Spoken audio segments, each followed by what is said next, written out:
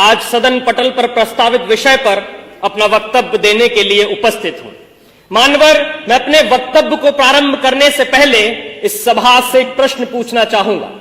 वह कौन सी चीज है जिसे हम देख तो सकते हैं परंतु छू नहीं सकते? महोदय, यही प्रश्न सन 1947 से पहले कक्षा में किया गया था। उस समय विद्यार्थियों ने इसके अनेक उत्तर दिए। किसी ने कहा कि हम आकाश को देख तो सकते हैं परंतु छू नहीं सकते। किसी ने कहा हम सूरज को देख तो सकते हैं परंतु छू नहीं सकते। लेकिन उसी कक्षा के बाहर खड़े होकर पढ़ने वाला एक छात्र डबडबाई आंखों को लेकर खड़ा हुआ और पानी के भरे हुए घड़े की तरफ देखकर बोला, मैं प्यास से तड़प के मर भी रहा हूं, फिर भी मैं इस पानी के घड़े को देख सकता हूं, छू नहीं सकता, क्योंकि मैं एक अछूत जाति का हूं और वो अछूत जाति का विद्यार्थी कोई और नहीं बल्कि हमारे भारत के संविधान के निर्माता डॉक्टर बाबा साहेब भीमराव अंबेडकर जी थे।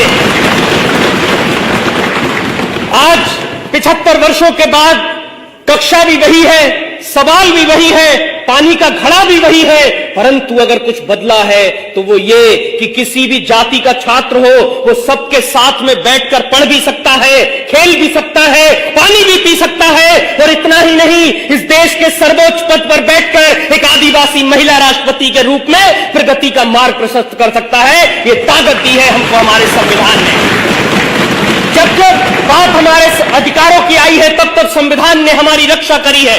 फिर वो आईपीसी की धारा 377 से जूझ रहे परलैंगिक समाज के लोग हो या श्रीकांत बोला जैसे दिव्यांगजनों के लिए शिक्षा के अधिकार हो या महिलाओं के लिए दहेज कुप्रथा का बोझ हो, संविधान ने हमेशा से रक्षा कर एक सूत्र में बांधने का काम किया है।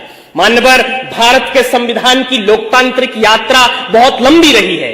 जब भारत आजाद हुआ तो उसके साथ कई और सहोदर राष्ट्र आजाद हुए, परंतु आज हम वहां देखेंगे तो पता चलेगा कि वहां पर कहीं अराजकता है, कट्टरता है, सांप्रदायिकता है, भुखमरी है, गरीबी है, परंतु भारत एकमात्र ऐसा देश है जो आज उन्नति के शिखर पर बैठा है, क्योंकि उन्होंने धर्म को संविधान माना, हमने संविधान को ही पहला धर्म माना। लंदन में मुस्कुराते हुए कवि चर्चिल ने कहा था कि ये देश आजाद हो भी जाए तो बहुत दिन तक टिकेगा नहीं, ये टूट कर बिखर जाएगा। अब मुझे लगता है नर्क में चर्चिल की आत्मा देख रही होगी तो सोच रही होगी क्या से क्या हो गए देखते देखते, क्योंकि आज का ये वही भारत है जो पूरी दुनिया में स्टार्टअप के क्षेत्र में तीसरे स्थान पर है। ये वही भारत है जो ओलंपिक के अंदर टोक्यो की धरती पर झंडा तिरंगा लहरा देता है। ये वही भारत है जो चंद्रयान 3 को पृथ्वी से चंद्रमा तक पूरी दुनिया में सबसे कम बजट में पहुंचा देता है, क्योंकि हमने अपने कर्तव्यों का निर्वहन किया है, जिससे हम प्रगति के सोपान को चढ़ते जा रहे हैं।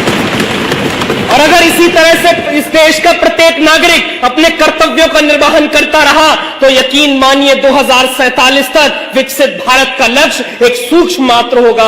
इसीलिए अंत में मैं जाते जाते कहूंगा कि वर्तमान का गूगल हो, माइक्रोसॉफ्ट या पेप्सी को, इन सबको भी हमने दिए हैं अपने भारत के सीईओ।